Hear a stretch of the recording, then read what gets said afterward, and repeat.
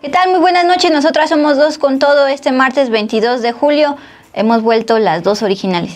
Sí, le agradecemos pues como siempre a nuestra productora Ilse García por acompañarnos esta semana, tanto a mí como a ti ayer que me... Tu retiro espiritual de ayer. De un día. Pues gracias por estar aquí esta noche de martes.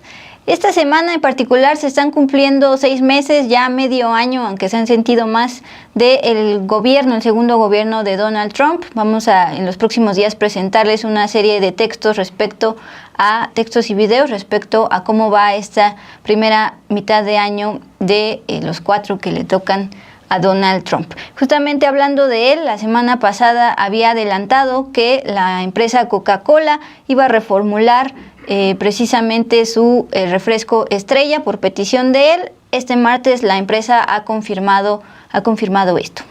Así es, Dul, y en el Con Todo les tenemos un balance de estos primeros 6 meses de gobierno de Donald Trump en materia de migración.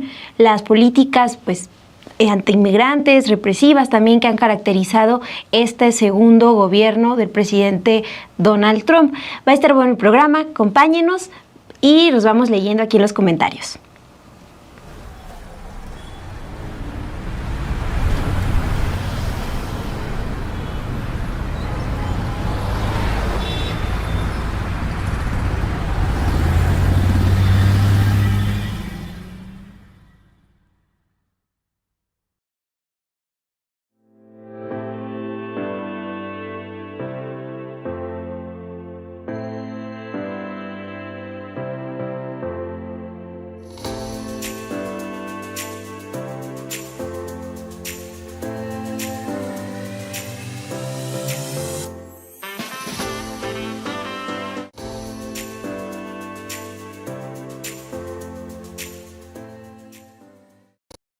Bueno, pues buenas noches. Este es martes 22 de julio, año 2025, ya en pleno verano.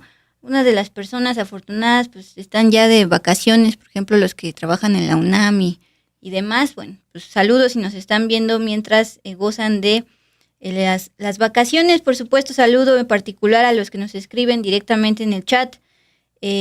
Por acá siempre reconozco los fieles seguidores, pero por acá, por ejemplo, veo a Herbie Romero. Vamos con todo, Dulce y Monse, un personaje, un avatar que no veo comúnmente. Bienvenido a estas transmisiones y, por supuesto, los de siempre. Sí, Dul, Alejandro Peláez, a Luz Clara, a Leti Arrea, gracias por conectarse con nosotras. Y pues vamos a arrancar con la información de este martes. Sí, vamos a empezar financieros, pero vamos a tratar de explicarlo.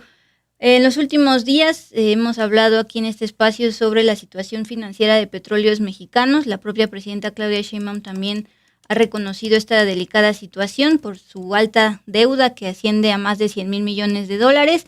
Ella lo ha atribuido pues a la corrupción ocurrida a partir de la reforma energética de Enrique Peña Nieto, y actualmente pues los números oficiales reflejan una caída en la producción de hidrocarburos y también de gas, y particularmente también hemos hablado de la deuda que tiene Petróleos Mexicanos con medianas y pequeñas empresas proveedoras de servicios petroleros que hasta la fecha no han recibido el pago por esos servicios, ya no tienen liquidez, incluso unas ya han pues quebrado.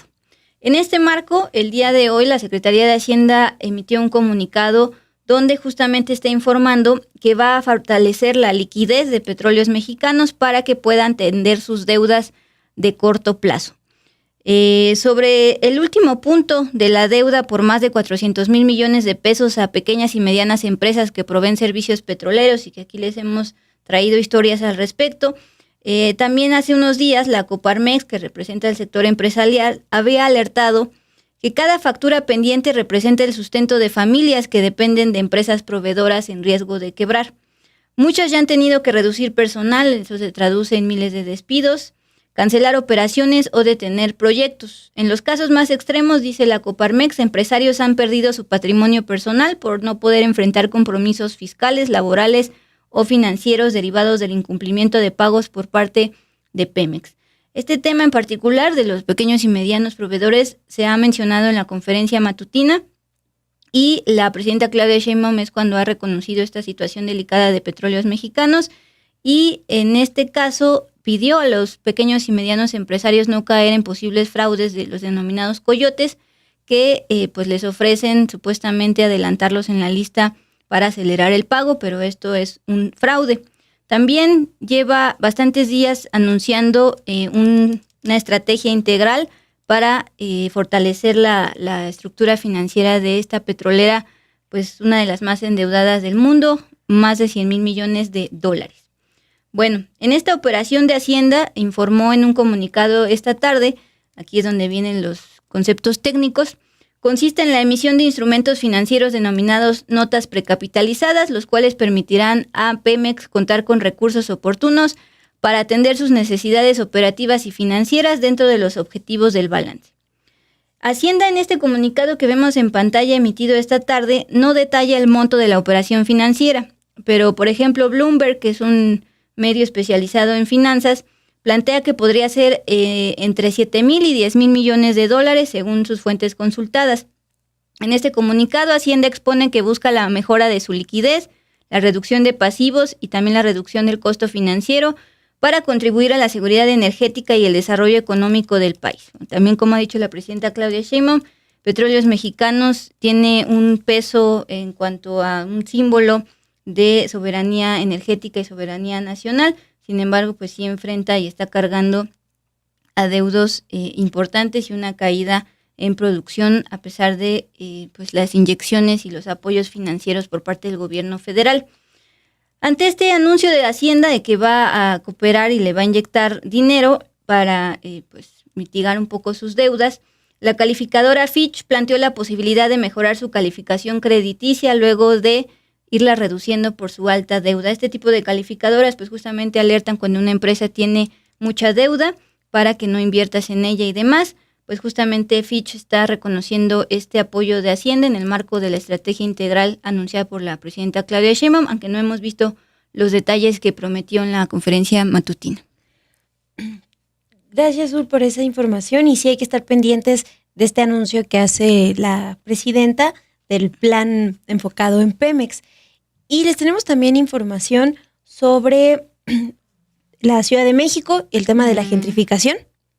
Recuerden que este fin de semana pues, se realizó una protesta en el sur de la Ciudad de México, la segunda para mostrar la necesidad de garantizar el derecho al acceso a la vivienda y también pues, para mostrar el descontento contra los efectos de la gentrificación. Hoy la jefa de gobierno de la capital anunció las fechas y las rutas que se seguirá para implementar la estrategia Bando 1, esta estrategia que anunció para responder a la gentrificación y garantizar el derecho a la vivienda. La jefa de gobierno, Clara Brugada, anunció que este viernes 25 de julio va a detallar cómo simplificarán trámites de acceso a la vivienda y ese mismo día se tiene contemplado el primer foro sobre la gentrificación que se realizará en el Museo de la Ciudad de México. Y en ese y en otros foros se va a trabajar el plan de actuación para colonias de alcaldías Miguel Hidalgo y Cuauhtémoc que han sido descritas por el gobierno de la Ciudad de México como zonas de tensión inmobiliaria.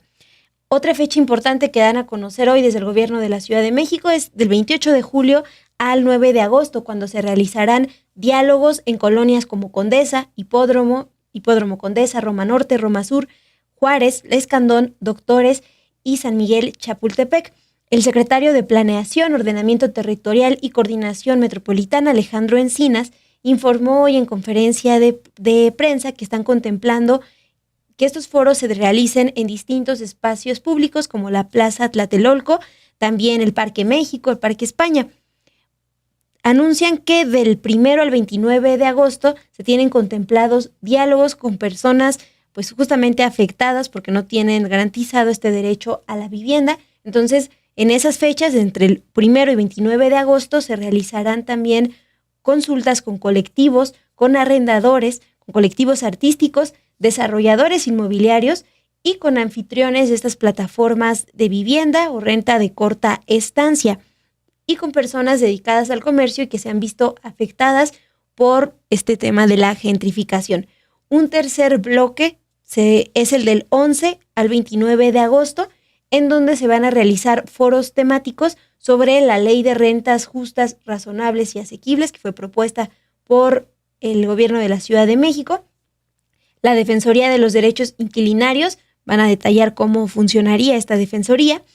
También se hablará sobre las zonas de tensión inmobiliaria, la producción de suelo y vivienda asequible en estas zonas, el mejoramiento de vivienda y que se tiene contemplado para regular los precios de renta, así como temas de identidad y memoria, es decir, qué estrategias se tienen contempladas para tener garantizada esa parte de la memoria y la cultura, Dul. Y esto es pues importante porque ya deja la ruta a seguir del gobierno de la Ciudad de México después de que hace unos días nosotros les informábamos en este espacio cuál es la propuesta para atender el tema de la gentrificación. Los 14 puntos, ¿no? Uh-huh. Entiendo que estos foros van a ser más para anunciar ya las políticas que quieren implementar más que los vecinos expongan sus casos de desplazamiento, ¿verdad? Pues son foros justo para recopilar esas preocupaciones de los vecinos, y ya va a ser hasta septiembre, después de todos estos foros, cuando se va a presentar ya tal cual será el plan maestro que anunciaron. Entonces sí es importante estos foros para estar recopilando las inquietudes de los vecinos. Sí, para verdaderamente ilustrar la gentrificación, Uh-huh. que la semana antepasada, cuando dabas la nota de la primera marcha el viernes desde Parque México, no me acuerdo qué persona aquí en el chat planteó que nunca había escuchado el concepto de gentrificación, bla, bla, bla. Y más allá de explicarlo, pues es mejor ilustrarlo con casos particulares por alcaldías y por colonias, como estabas informando, que va a incluir, por ejemplo, la Hipódromo Condesa, donde acá estamos. Bueno, pues, Mon, voy a pasarme al bloque de Donald Trump, el que les anunciábamos, porque esta semana pues justamente cumple medio año de su segundo gobierno, luego de ser reelegido, y pues a la par de todas sus políticas arancelarias, migratorias y demás, ha estallado este escándalo de Jeffrey Epstein y su relación con Donald Trump a través de fotografías. También este dibujo del cumpleaños que Trump dice que no tiene nada que ver, pero pues ahí está esta información. Y ahora, pues recuerden que la Cámara de Representantes tiene mayoría republicana, partido de Donald Trump, y el día de hoy se anunció que adelantaron sus vacaciones una semana para evitar precisamente votar sobre la publicación, la desclasificación de información sobre este caso. Mientras que el Departamento de Justicia anunció una reunión con la expareja de Jeffrey Epstein, señalado de pederasta, y también su principal cómplice en esta red criminal. Fue el presidente de la Cámara de Representantes, el republicano Mike Johnson, quien en una rueda de prensa dijo que los congresistas se irán de vacaciones una semana antes de lo programado para las vacaciones de verano, así como los mexicanos también allá en el Congreso ya se fueron de vacaciones. El miércoles comenzará el descanso mañana, que estaba planeado para arrancar hasta la próxima semana. Ya no nos dan sermones sobre transparencia, dijo Johnson, quien se quejó de los interminables esfuerzos por politizar la investigación de Epstein, obviamente contra Trump. Cuando, dijo el republicano, fue el presidente el primero en llevarlo al terreno político con sus promesas de campaña, reclasificar esto, pero también habían sido los demócratas, opositores al gobierno de Trump, quienes han impulsado en comisiones del Congreso una votación para precisamente desclasificar y publicar los archivos relacionados con el caso de Epstein, más allá de los reportes periodísticos, las fotografías que hemos visto con Donald Trump en los 90, y pues también una persona señalada de coordinar tráfico de mujeres, la mayoría menores de edad, para sus clientes, hombres y mujeres millonarios y poderosos en los Estados Unidos e incluso también otras partes del mundo, particularmente en la década de los 90, y que después fue hallado muerto en prisión. Los demócratas, insisto, la oposición para Trump, buscaban llevar la votación al pleno, les digo, tiene mayoría republicana, para contrarrestar la decisión de la Casa Blanca de evitar difundir estos archivos, rompiendo así la promesa de campaña de Trump de completa transparencia en el caso. pero pues han adelantado las vacaciones y esto no será de momento. Dul, también hay una información destacada de Estados Unidos, ya adelantadas un poco, pero con la cuestión de la empresa Coca-Cola. Sí, bueno, pues tú has hablado bastante de este refresco por sus afectaciones a la salud y justamente la Secretaría de Salud allá de los Estados Unidos también reconoce los daños a la salud de los estadounidenses como obesidad y demás, particularmente porque en Estados Unidos, a diferencia de otros países, se formula con jarabe de maíz y pues hace unos días Donald Trump, presidente de los Estados Unidos, un consumidor de este refresco, particularmente la Coca-Cola Light, pues pidió a esta empresa transnacional, pues, por un poder política, un poder económico, le pidió que reformulara esto y ahora lo elaborara este refresco estrella con azúcar de caña. Esta versión estará disponible entre los meses de septiembre y diciembre, lo confirmó el día de hoy la empresa Coca-Cola en un comunicado. Tal cual dijo, como parte de nuestro programa de innovación constante, en otoño en los Estados Unidos el grupo pretende lanzar un producto que contenga azúcar de caña estadounidense para ampliar su gama de productos bajo la marca registrada Coca-Cola. Pues por un lado ha habido reclamos de la industria del jarabe de maíz que advierten de pues pérdidas de empleo y demás, y que también producir con azúcar de caña supuestamente es más caro. Bueno, este comunicado de la Coca-Cola, una empresa transnacional, un poder económico bastante pesado, se da luego de que el presidente Donald Trump hace una semana adelantó en su red social, Truth Social, que la empresa adoptaría esta modificación, de acuerdo con Trump, a petición suya, tal cual escribió lo siguiente el martes pasado.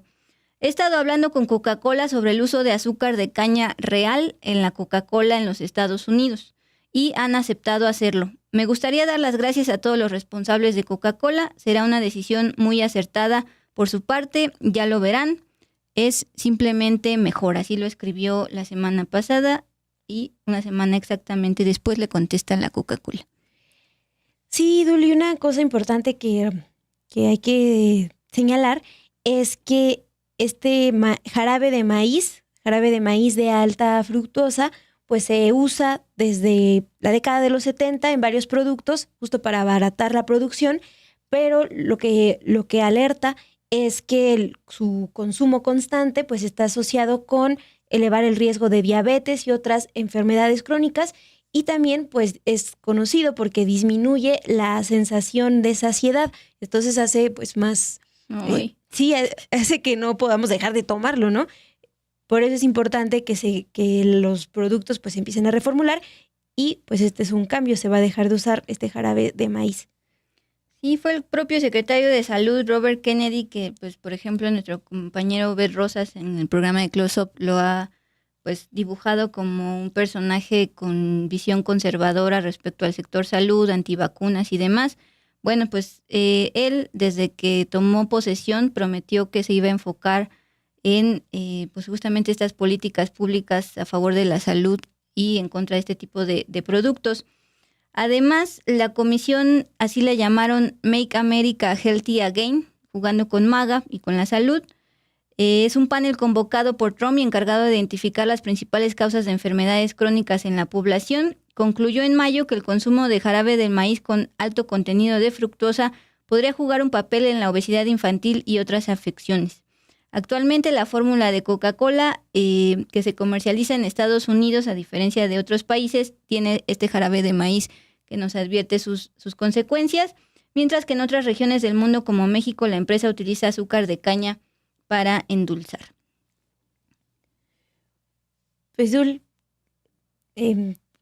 antes de pasarnos a la otra información, a ver que nos cuenten aquí en los comentarios si sí revisan los etiquetados y sus productos tienen, porque todavía hay varios productos que utilizan este jarabe de maíz de alta fructosa, entonces la recomendación ahí es evitarlos, pero a ver si nos dicen. Y mientras tanto, nosotros avanzamos con más información y pues enfocada en migración, un tema que sin duda ha marcado los primeros 6 meses del gobierno de Donald Trump y que también pues impacta directamente en migrantes, nuestros connacionales. Vamos con el caso de los hermanos Carlos y Alejandro. Ayer les hablaban de estos casos aquí en Dos con Todo. Bueno, pues una infracción menor llevó a la detención de los hermanos Carlos y Alejandro González en Alligator, Alcatraz de Florida. Este centro de detención de migrantes construido por Donald Trump, por el gobierno de Donald Trump, en una especie de pantano que está rodeado de fauna peligrosa como caimanes y en donde no hay servicios de higiene ni un sistema para identificar a las personas detenidas, como en este caso, como en el caso de los hermanos mexicanos, quienes al no contar con un número de caso, pues no han podido recibir una atención consular adecuada. Se trata de Carlos Martín González, de 26 años. Él ingresó a Estados Unidos en febrero con una visa de turista, con un boleto de regreso para el 15 de julio, pero fue detenido por la patrulla de carreteras de Florida por una infracción menor y por eso fue llevado al Alligator Alcatraz.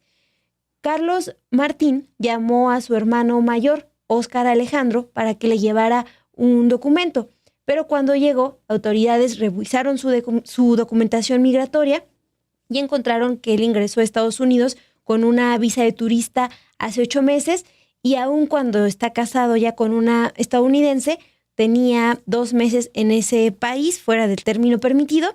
Entonces, a partir de ese momento, ambos se encuentran detenidos en el Alligator Alcatraz. Lo que ha señalado la familia de estos 2 hermanos es lo siguiente. Martín González, el padre de estos hermanos, dijo al diario La Opinión: no entendemos por qué los tratan como un inmigrante indocumentado, refiriéndose particularmente a Carlos Martín. Tiene visa vigente, entró de forma legal. ¿Por qué encerrarlo en un centro como ese? Ese es un testimonio que recopila el diario La Opinión.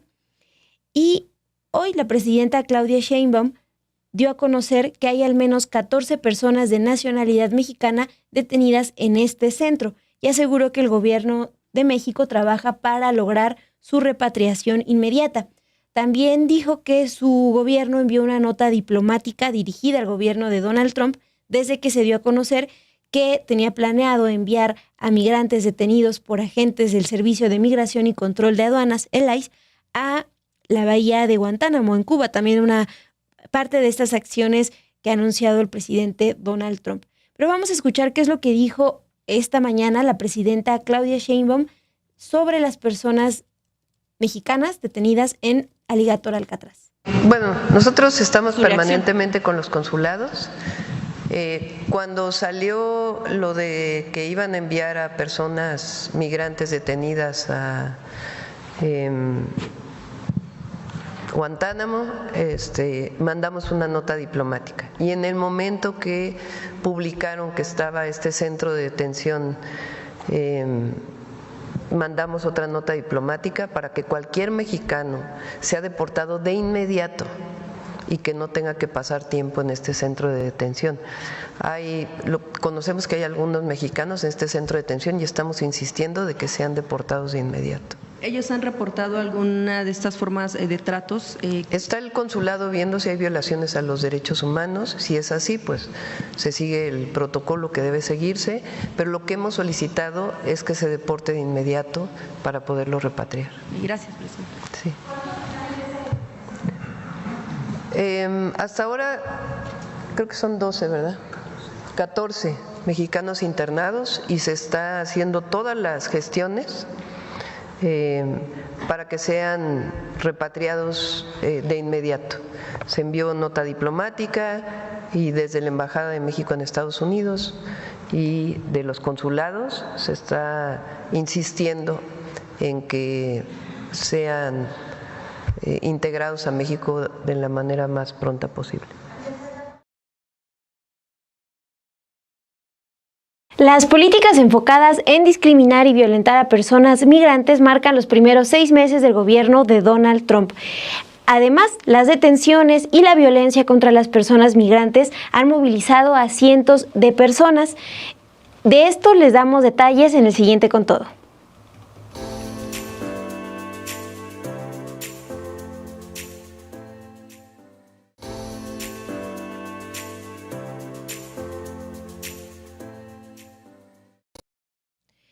Zuli, vamos a hacer este balance del tema de migración a 6 meses del gobierno de Donald Trump.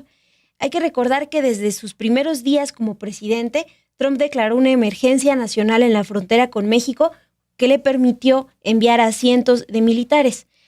A la par, a través de la Secretaría de Seguridad, ha llamado a los migrantes a autodeportarse, esto con el uso de esta aplicación CBP Home, y les pide autodeportarse para evitar ser multados y detenidos. Más recientemente, Trump logró que el Congreso incrementara el presupuesto del Servicio de Control de Inmigración y Aduanas, ICE, de $8,000 millones a más de $70,000 millones, lo que le permitirá construir más centros de detención y contratar a más agentes. Y todo esto en un contexto en el que miles de personas han salido a las calles a protestar en contra de los arrestos, las redadas en centros de trabajo de migrantes y la violencia ejercida contra esta población. Se trata, de acuerdo con personas que viven ahí y que defienden los derechos de las personas migrantes, de la mayor persecución contra personas que no nacieron en Estados Unidos, pero que también ha afectado a otras que viven ahí ya desde hace años y que son migrantes pues, con todos los documentos que pide la ley de allá de ese país. Así es como lo describe Ben Monterroso, vocero de Fuerza Migrante en California, el estado donde justamente el mes pasado iniciaron una serie de protestas para exigir el respeto a los derechos de la comunidad migrante. Vamos a escuchar qué dijo Ben Monterroso, vocero de Fuerza Migrante en California. Miramos el impacto que ha tenido en los negocios, por ejemplo, solo por poner un ejemplo. Muchos negocios están vacíos, la gente está asustada, no va a trabajar, la gente no va a consumir. Esto va a tener efectos devastadores, no solamente el día de hoy, pero en el futuro. El presidente Trump corrió con la promesa de que iba a arreglar la situación económica y al contrario se está empeorando. Corrió con la idea de que iba a acabar las guerras y eso no se mira. O sea, toda la agenda del presidente, nos podemos concentrar en el tema del migrante, pero el migrante juega un papel sumamente importante en la economía y en la vida de este país. Entonces no deja de tomar una relevancia importante el hecho de que los migrantes sean en este momento perseguidos de la manera que lo están haciendo. Lo hicieron en California, lo van a hacer, como te digo, en otros estados, lo han hecho en otros estados. Y la persecución es una cosa de que nunca había visto yo. Tengo más de 50 años de vivir, casi 50 años de vivir en los Estados Unidos, migrante. Vine a este país con la misma ilusión que muchos siguen llegando. Nunca había visto una persecución como la que estamos viendo a nuestra comunidad latina, porque no es más que a la comunidad latina. Si te das cuenta, los lugares donde van a hacer las redadas normalmente son en escuelas, cerca de escuelas latinas, en los fields, en los campos. Son lugares que frecuentemente la comunidad latina los frecuenta. Entonces, y California, que es en donde está Ben Monterroso, pues es un ejemplo de la persecución. El 10 de julio, 361 trabajadores fueron detenidos en una redada a 2 plantaciones de cannabis, que además provocó la muerte del agricultor mexicano Jaime Alanís. Él cayó del techo de un invernadero cuando era perseguido por agentes de ICE y después falleció a causa de estas lesiones. A eso se suma que desde principios del 2025, al menos 11 personas han muerto bajo custodia de agentes de ICE. Así lo muestran cifras difundidas este lunes por la organización Human Rights Watch. Esto en un informe que documenta las condiciones que enfrentan las personas llevadas a centros de detención de migrantes.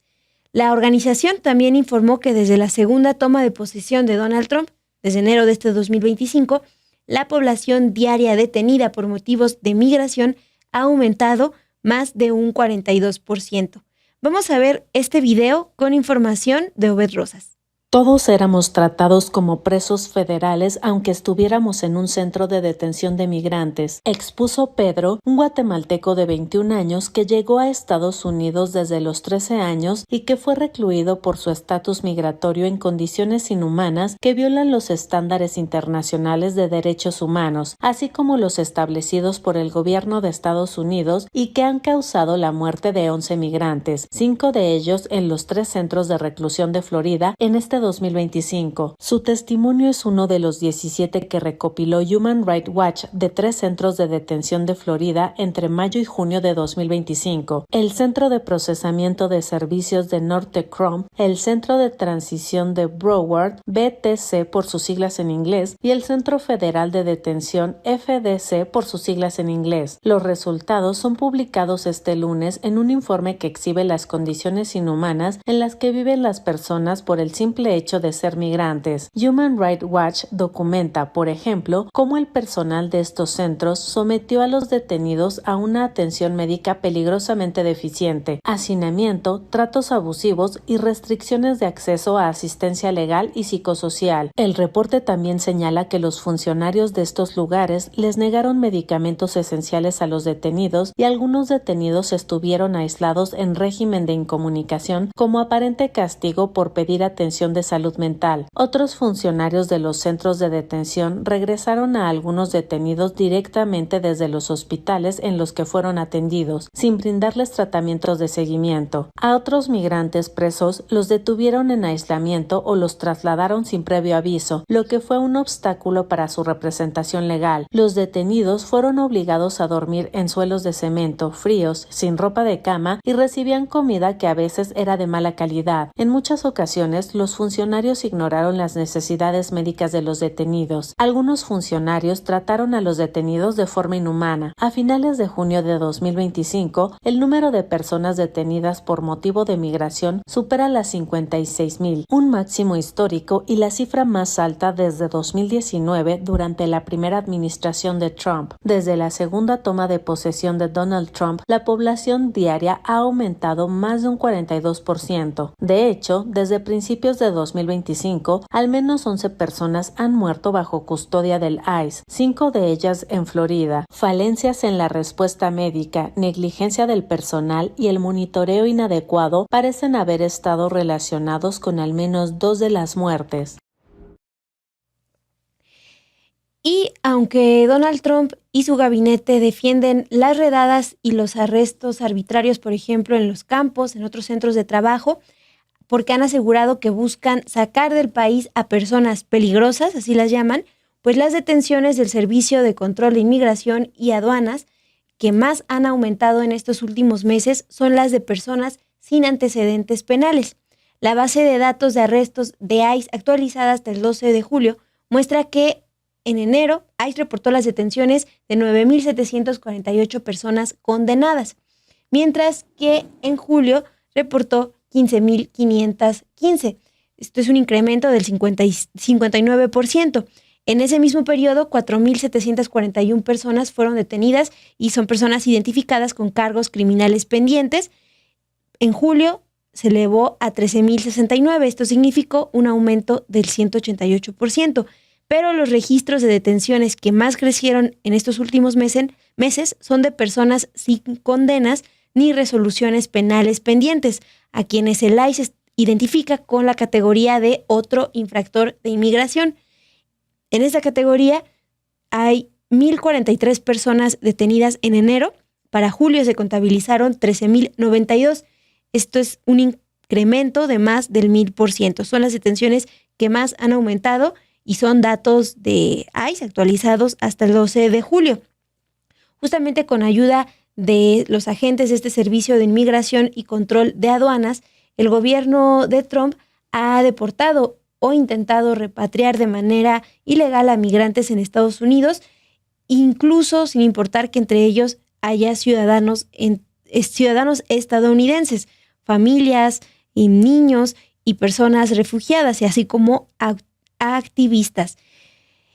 Y aunque Donald Trump desde su campaña presidencial enfocó su discurso en este tema, en el tema de la migración, pues encuestas más recientes han mostrado que cada vez son menos las personas estadounidenses que se sienten preocupadas por el impacto que pueda tener en sus vidas. En 2024, en el marco de esta campaña electoral de Donald Trump, un 55% de la población pedía que la población migrante se redujera, pero esa proporción cayó hasta el 30%. Esto de acuerdo con una encuesta reciente realizada por la firma global de análisis y consultoría Gallup. Vamos a escuchar qué es lo que planteó Ben Monterroso, vocero de Fuerza Migrante, sobre la percepción de este tema en Estados Unidos. Definitivamente, entre más él continúa utilizando este ataque inhumano a nuestra comunidad, más la gente se da cuenta que no es lo que él quería, porque lo que ellos querían. Porque la realidad de las cosas es cuando le preguntas a cualquier ciudadano de los Estados Unidos si quiere que deportemos a la niñera de su casa, dice que no. Si quiere que deportemos al jardinero de su casa, dice que no. O sea, saben que la comunidad es una comunidad trabajadora y le está afectando. Esto ya está afectando no solamente en los vecindarios latinos, sino también está afectándonos en las comunidades anglosajonas. Y nos estamos dando cuenta de que la gente ya dice, ¿sabes qué? Esto no fue lo que queríamos nosotros. Y está bien cierto que entendíamos que si eran criminales, pero esta gente no es criminal, este es mi vecino, este es mi compañero de escuela. Se están dando cuenta de que es una manera injusta, inapropiada e inhumana de la manera que lo está haciendo. Y Ben Monterroso, vocero de Fuerza Migrante, también recordó que gracias a las exigencias en las Cortes de Estados Unidos se han logrado frenar algunas de las políticas discriminatorias impulsadas por Donald Trump. Por ejemplo, en California, la semana pasada, una jueza emitió una orden que prohíbe al gobierno federal continuar con las redadas en las que se arresta a personas basándose en su color de piel o en su idioma. Esto en respuesta a una demanda que presentaron personas afectadas y organizaciones defensoras de derechos humanos y en la que denunciaron el perfil racial de los operativos. La orden de la jueza también expone que el gobierno federal no puede restringir el acceso de abogados a centros de detención de migrantes en Los Ángeles. Y gracias a otra demanda de organizaciones defensoras de derechos de migrantes, un juez federal bloqueó a inicios de este mes la orden firmada por Trump en su primer día como presidente para suspender las solicitudes de asilo en la frontera con México de migrantes en busca de refugio, mientras que el 10 de julio un juez federal bloqueó otra orden de Trump que busca acabar con el derecho a la ciudadanía por nacimiento, que es una medida que también el gobierno de Donald Trump todavía puede apelar. Escuchemos qué es lo que opina el activista Ben Monterroso sobre el presupuesto destinado a la migración y sobre el trabajo que se ha logrado gracias a impugnar en las Cortes las políticas de Donald Trump. El proyecto de ley que acaba de pasar, que le va a dar cientos de miles de millones para enforzar la frontera y para militarizar el tema de la migración. Y eso no lo tenía cuando empezó los primeros años. Estábamos viendo que la comunidad latina, la comunidad migrante, era algo que contribuía enormemente a este país, se reconocía. Este hombre vino y ahora ya no se reconoce que somos seres humanos ni que contribuimos. Al contrario, cualquiera que se mire del color café o que hablemos de un acento diferente, el idioma, somos sospechosos, o es más, ya no somos ni sospechosos, ya se nos tilda de indocumentados. Aquí han agarrado personas que han estado sirviendo al ejército, lo que es injusto porque esta gente luchó por la libertad de este país y ahora ellos o sus padres están siendo atacados por migración. Entonces, lo que nos queda, o sea, no todo tiene que ser malo porque lo que hemos estado en batallas anteriormente. Entonces, tenemos que seguir utilizando las cortes de la mejor manera posible. Tenemos que seguir informando y motivando a nuestra comunidad. Tenemos que seguir organizándonos, pero tenemos que movilizarnos. Y yo creo que esta agenda antimigrante que tiene este presidente, esta agenda racista que tiene el presidente, va a tener efectos en las elecciones que vienen en noviembre del año que viene. Mientras tanto, tenemos que seguir organizándonos, informando a nuestra comunidad y utilizando las cortes de la mejor manera posible. Bueno, pues como les habíamos adelantado al inicio de este espacio, es parte de la serie de trabajos que vamos a estar presentando en los próximos días en torno a los primeros 6 meses de gobierno de Donald Trump en su segundo mandato, luego de ser reelegido. Para mí sí ha sido más, o sea, se siente más que 6 meses por la serie de políticas que han dado. 8 comenta lo siguiente: Esteban Moctezuma, que es justo el embajador de México en los Estados Unidos, 8 lo está considerando un inútil, incapaz de enfrentar la política inhumana de Trump, está calificando justo política inhumana, solo cuida de los intereses económicos de los gringos. Carlos Gaitán plantea al respecto: la administración Trump está cometiendo crímenes contra la humanidad y maltratando inmigrantes. Sí, también Rodolfo Salas nos decía que su hermana regresó de Estados Unidos, entonces pues también nos dice que es por todo este contexto, es lo que estoy entendiendo, sino que nos vaya aclarando acá. Y sí, Dulce, trata de una serie de reportajes que encuentran ustedes en Sin embargo MX a 6 meses del gobierno de Donald Trump y que les estaremos presentando durante esta semana. Bueno, antes de pasar al cierre, estaba checando qué temas son como los principales este martes. Es información que nos manda nuestro compañero Ricardo de redes sociales todos los días. Obviamente el tema más mencionado el día de hoy es la muerte de Ozzy Osbourne. Y el tema que quería destacar es lo que realizó el presidente de la Cámara de Diputados, Sergio Gutiérrez Luna. Él es fan de Ozzy Osbourne, un músico de heavy metal que murió hoy a sus 76 años.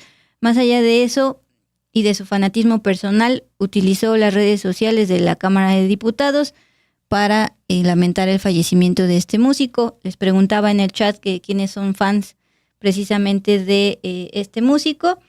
Y Marco Martínez nos dice: un fan de Ozzy fue el presidente de la Cámara de Diputados, Sergio Gutiérrez Luna, que por cierto ya va a terminar ese cargo. Usó su cuenta para lamentar el fallecimiento del príncipe de las tinieblas, la cuenta de la Cámara de Diputados, que representa no solo a Morena, sino a todas las demás partidos. Pues, Dul, con eso ya inauguras la sección de al cierre, para que vayamos con estas últimas noticias que tenemos para ustedes. Vamos sobre un tema en la Ciudad de México. Ana Ameli García Gámez cumplió 20 años el domingo, pero se encuentra desaparecida desde hace 10 días, mientras su familia, amigos y autoridades la buscan sin descanso. La joven fue vista por última vez en la cima del Pico del Águila, en el Ajusco, al sur de la Ciudad de México, uno de los sitios más elevados de la capital y donde se practica el senderismo. Una actividad que a Ana le gusta y también se estaba dedicando a esta actividad mientras realizaba su cambio de carrera. El año pasado, Ameli estudiaba en la Facultad de Biología de la Universidad Nacional Autónoma de México, pero decidió dejar la carrera para buscar estudiar otra licenciatura en esta institución. Mientras tanto, realizaba distintas actividades como el senderismo. El sábado 12 de julio acudió al Pico del Águila. Es una ruta muy solicitada, pero que toma varias horas para completarse, porque está a 3.936 metros sobre el nivel del mar. Vamos a ver el siguiente video con información de nuestro compañero Manuel González, que da detalles sobre la movilización que lleva ya bastantes días para localizar a la joven Ana Ameli García Gámez. Ana Ameli García Gámez, quien cumplió 20 años el domingo pasado, lleva 9 días desaparecida luego de ser vista por última vez en el Pico del Águila en el Ajusco, al sur de la Ciudad de México. Ameli, quien practicaba senderismo mientras reevaluaba su carrera en biología en la UNAM, subió ese día con un grupo de senderismo con el que no tenía mucha relación. Su celular dejó de emitir señal en la cima, marcando el último rastro conocido. Según testimonios, Ameli decidió quedarse más tiempo en la cima mientras sus compañeros iniciaban el descenso. Nunca volvió a reunirse con ellos y desde entonces no se ha tenido noticia de su paradero. Su familia, al percatarse de su ausencia esa misma noche, activó de inmediato la búsqueda a través de redes sociales y colectivos especializados. autoridades como la Fiscalía General de Justicia de la Ciudad de México, la Comisión de Búsqueda y la Secretaría de Seguridad Ciudadana han desplegado más de 100 personas en equipos especializados, incluyendo drones, binomios K9 y un helicóptero. Las labores se concentran en zonas estratégicas como el Pico del Águila y áreas aledañas, mientras se realizan recorridos casa por casa en San Miguel Ajusco para recabar testimonios. El caso ha conmovido a la sociedad civil, con vigilias como Una luz por quienes faltan en el Monumento a la Revolución.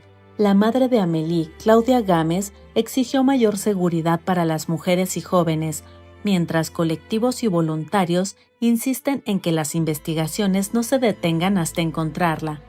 La desaparición de Amélie se enmarca en una crisis nacional. México registra más de 130,000 personas desaparecidas, casi 30,000 de ellas mujeres. Solo en la capital hay 14,241 casos sin resolver, según datos oficiales, lo que refleja la urgencia de abordar este problema estructural. Amélie vestía chamarra blanca, pantalón verde militar y botas café al momento de su desaparición. Sus señas particulares incluyen un apéndice auricular derecho y un lunar en el labio inferior. Su familia y autoridades piden a la población reportar cualquier información relevante, mientras mantienen la esperanza de hallarla con vida.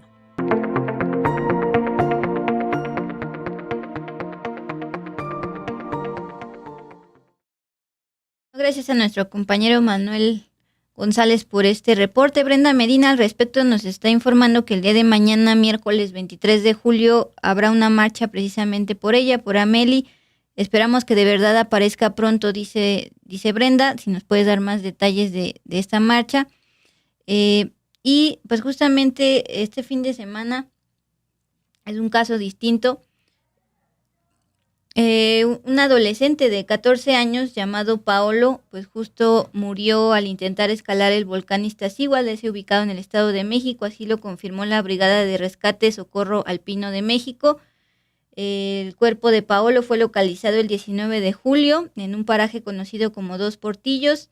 Aquí, pues justamente el propio Paolo publicó un video por la tarde del sábado diciendo que se alcanzaban -2 grados por la noche en el Iztaccíhuatl, que pues que no llevaba equipo preparado para enfrentar esa temperatura, y justamente fue encontrado sin vida horas después de haber escalado el Iztaccíhuatl. Duli, y antes de avanzar con la información, pues esta manifestación que nos adelantaba Brenda Medina en el chat, se convocó para mañana 23 de julio a las 12:30 en la glorieta de las y los desaparecidos aquí en la Ciudad de México. Pues lo que se va a exigir es agilizar la búsqueda de Amélie García. Y ya casi para ir cerrando, y pues yo ya me lo propuse para no despedirnos siempre con temas pesados, pues irnos con buenas noticias. Bueno, una es de risa, entre comillas, y otra es una buena para la economía mexicana en tiempos del trumpismo. Bueno, esta es información que dieron a conocer nuestras compañeras del programa Las Dos, Blanca Juárez y Romina Gándara. Esto ocurrió en La Paz, Baja California Sur.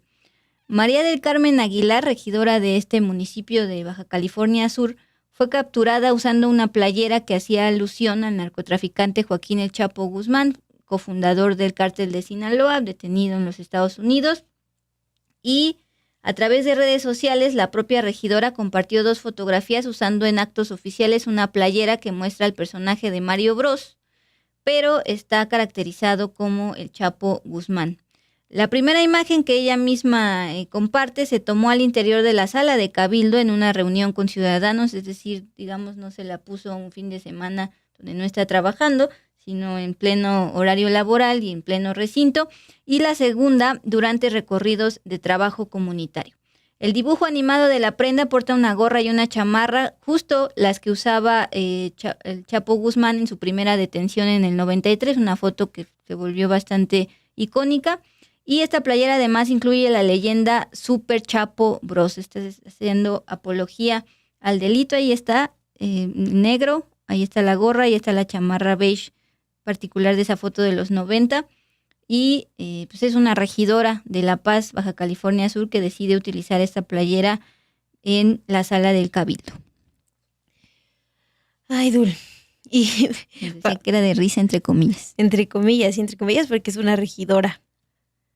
Es una regidora y pues sí, funcionaria pública. Vamos ahora, Dul, con esta información más positiva que adelantabas. El secretario de Agricultura, Julio Verdeguer, dio a conocer que México ya puede exportar aguacate a Brasil, una de las principales economías de América Latina. En el marco de estas amenazas de aranceles impuestos por Estados Unidos y la búsqueda de diversificación comercial, el secretario de Agricultura informó lo siguiente en su cuenta de X. Buenas noticias, me informa el Ministerio de Agricultura de Brasil que se publicó en dicho país el protocolo que permite la importación de aguacate mexicano, el mejor del mundo, a esa nación hermana para deleite de sus 200 millones de consumidores. De acuerdo con datos del gobierno federal, México es el mayor exportador de aguacate a Estados Unidos y representa más del 30% de la cosecha mundial.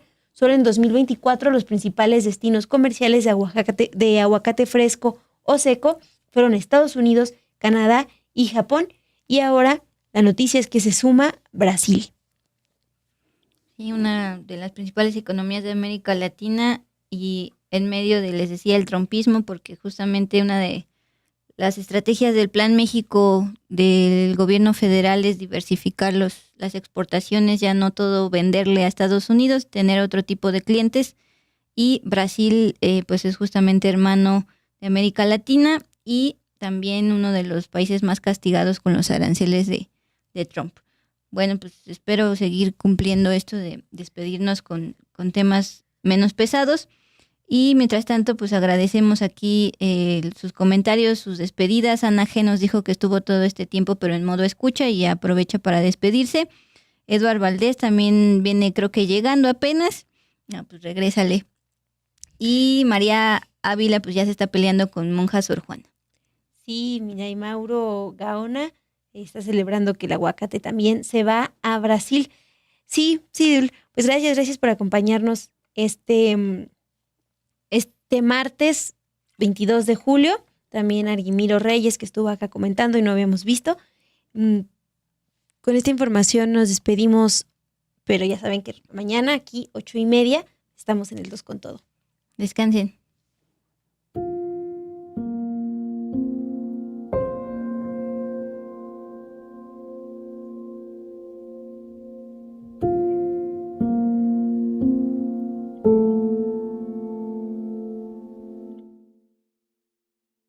Tu periodo vale miles de millones. Femtech es el sector tecnológico centrado en la salud femenina. Incluye desde aplicaciones para registrar el ciclo menstrual y dispositivos portátiles hasta suplementos y tecnologías para detectar cáncer. El mercado está en pleno auge. Se estima que superará los $60,000 millones a nivel mundial en 2027. Pero muchas usuarias desconocen que estas apps recopilan datos sensibles que con frecuencia se comparten o se venden. Información sobre tus relaciones sexuales, el uso de anticonceptivos o si estás intentando quedar embarazada. Para los anunciantes estos datos valen oro. Por ejemplo, adaptando los anuncios que se te muestran a la fase del ciclo menstrual en la que te encuentres. Su objetivo es captar tu atención cuando eres más propensa a comprar. Por la información sobre la intención de concebir o un embarazo se paga hasta 200 veces más que por datos básicos como la edad o la ubicación. Los datos sobre embarazos son importantes porque cuando una persona queda embarazada, sus hábitos de consumo cambian y las marcas buscan influir en esas decisiones durante años. Las empresas suelen usar esta información para mejorar sus productos, pero algunas apps de seguimiento menstrual han compartido datos de las usuarias con terceros, incluidas plataformas como Facebook. Desde que aumentaron las restricciones al aborto en Estados Unidos, muchas mujeres temen que la policía revise sus celulares en busca de pruebas de abortos. The ethical boundary obviously is crossed immediately when this data gets used for policing people's abortion access. ¿Qué pueden hacer las usuarias? Look for apps that encrypt your data, that allow you to store your data locally, and that maybe also allow for something like password protection.